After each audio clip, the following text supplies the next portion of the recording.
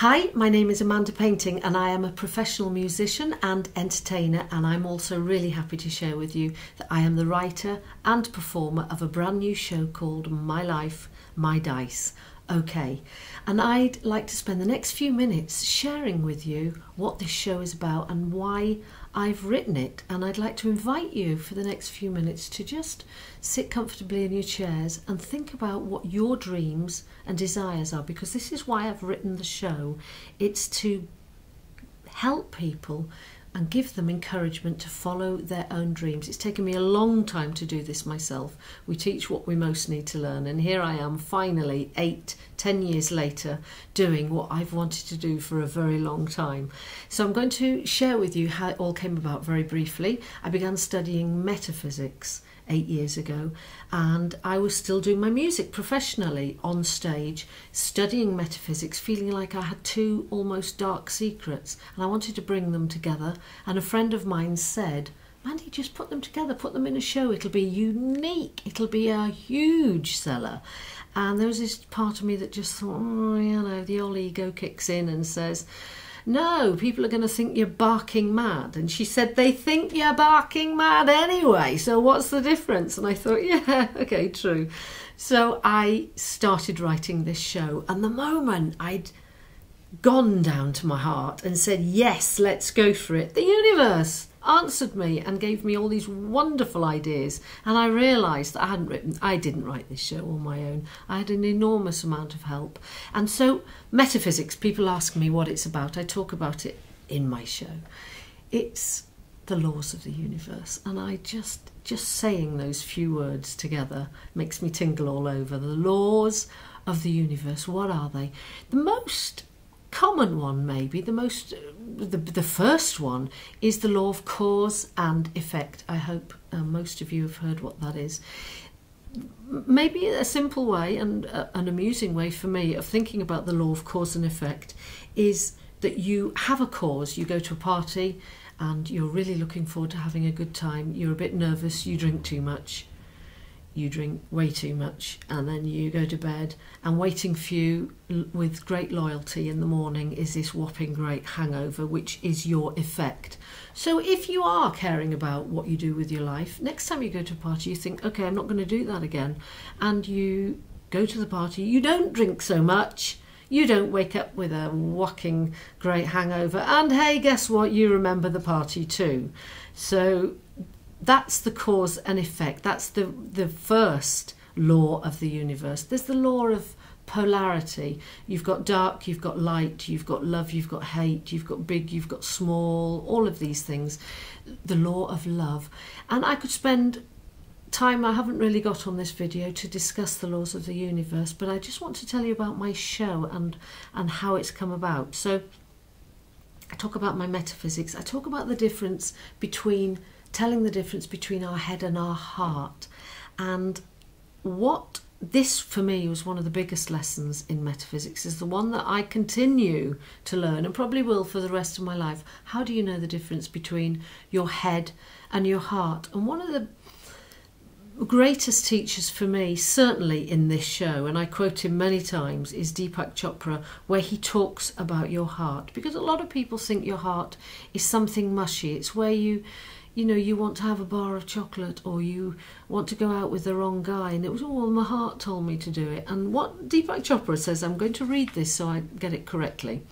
What he says about your heart has a computing ability that is far more accurate and far more precise than anything within the limits of rational thought.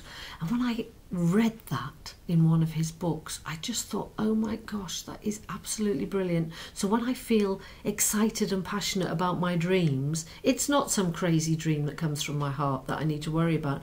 It's the universe talking to me. And this I go on to say in the second half of my show, or what would be day 2 or day 3 of my workshop. It's talking about our desires, where they come from, why we've got them. The desires are our lives are an expression of our desires. What we desire desired us first. And the first time I heard that in metaphysics, I was so excited about it. And I just thought, wow, what does that mean?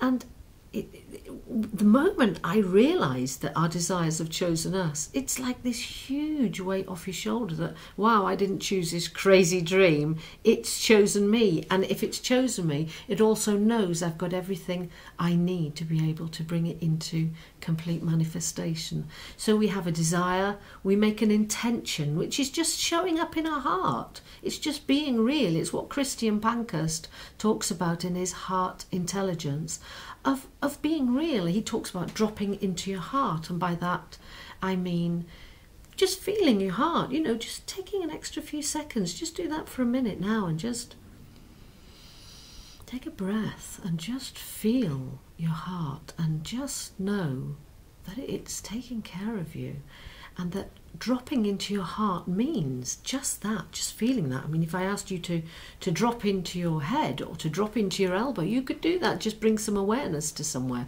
Dropping into your heart is the most wonderful thing you can ever do in your life. It brings you right into the present, which is where you want to be living your life. It's where I want to be living my life. I don't always pull that one off. But anyway, we teach what we most need to learn.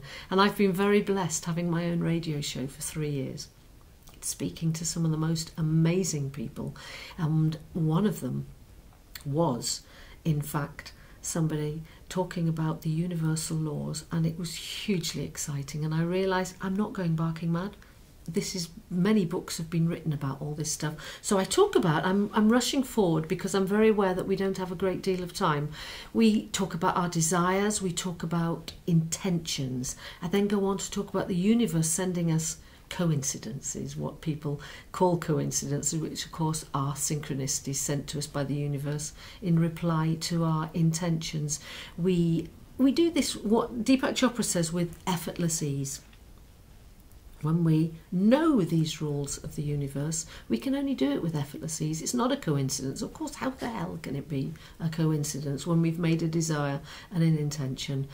I bring Louise Hay in because I couldn't do anything on stage anymore without bringing Louise Hay into my life. She has been a huge influence, as she has in many, many millions of people all over the world. I am open and willing to change.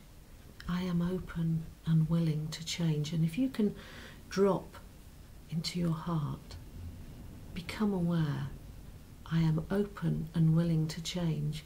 And when I say that, maybe that resonates with you immediately when you think about your dream.